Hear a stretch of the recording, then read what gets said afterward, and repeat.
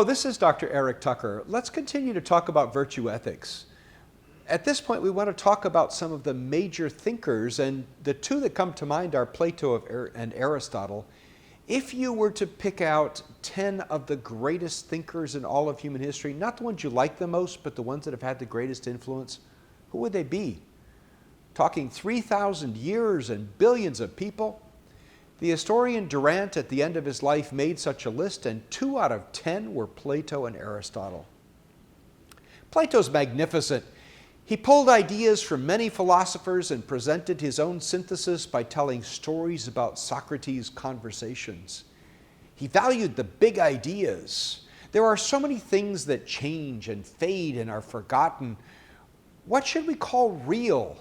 The persons, possessions, and actions that change and fade away, or the ideas that continue on for centuries? One way to find those unchanging ideas is through mathematics. And it's said that over the school entrance were the words, "Let him who is ignorant of geometry not enter." Even today, serious mathematicians are seeking the principles that are the fabric of the universe. For Plato, the more permanent the form or the idea, the more real it is.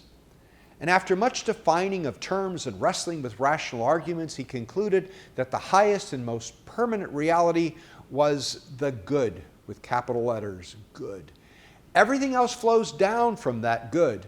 Not surprisingly, Plato's virtues are only 4 big ideas. These are sometimes called the classical or cardinal virtues.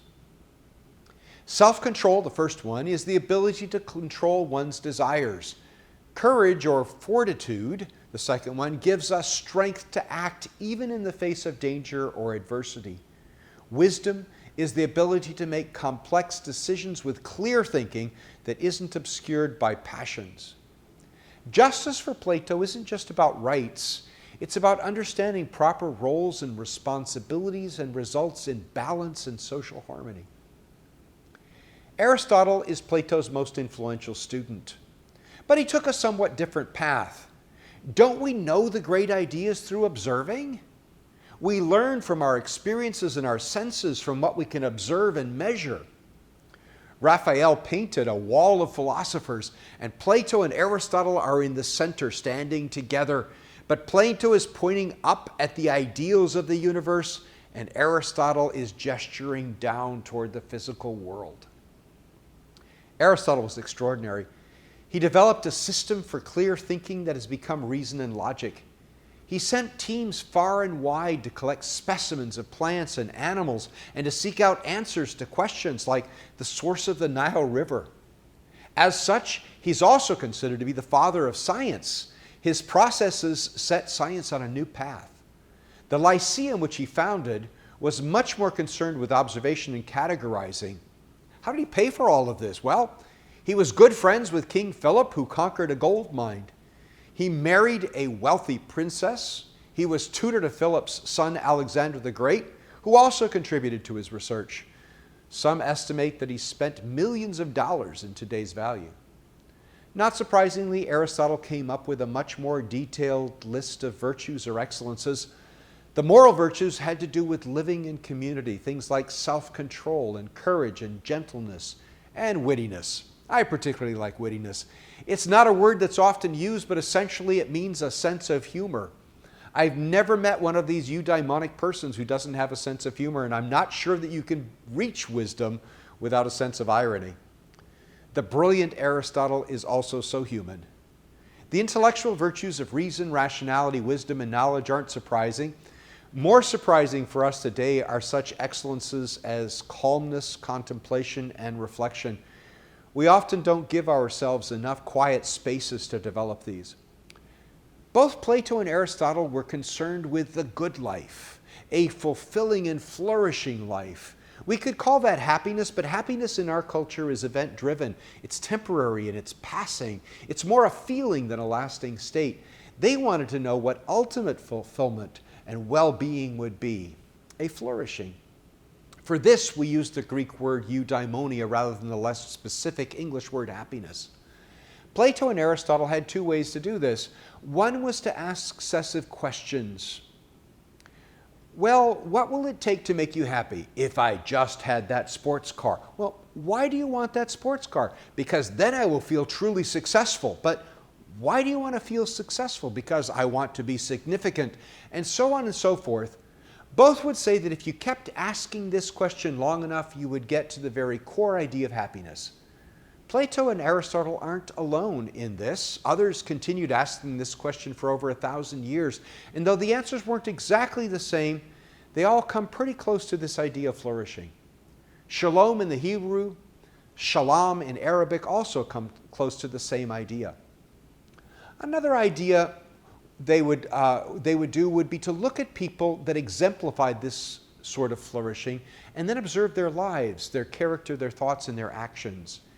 Eudaimonic people were people who had cultivated and internalized excellence. Do you know anybody like this? They are content, satisfied, unflappable, admirable. Have you read any biographies about such morally mature individuals who inspire you with their sense of strength and character? For Plato and Aristotle, one doesn't get eudaimonia without cultivating excellences and virtues. An idea somewhat unique to Aristotle is the idea of the golden mean. Some have said that Aristotle is excessive in his commitment to moderation. For Aristotle, the virtue is the middle between two extremes. Miserliness isn't admirable, nor is spendthriftiness. What we're looking for is frugality, and that's in the middle. So often the middle is missed. A foolhardy person calls the cautious person a coward.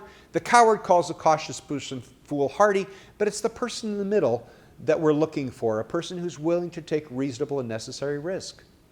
The extremes lob insults at each other, and often the middle is where we ought to be.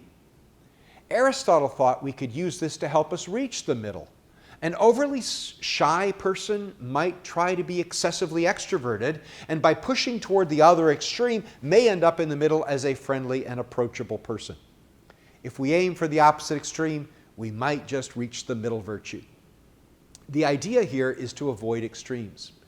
Now, you probably know someone who takes a good thing, say willingness to confront evil or willingness to tell the truth, and takes it to such an extreme that it's ugly, it's harmful, and it's short, far short of virtuousness.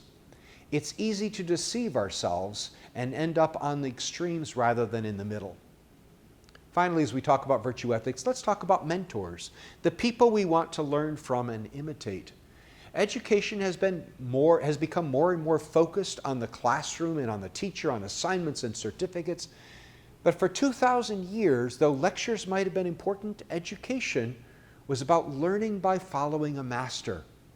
I'm somewhat surprised to find often a third of my class have never had a mentor and may be unable to identify a person that they can look up to as a model of eudaimonia.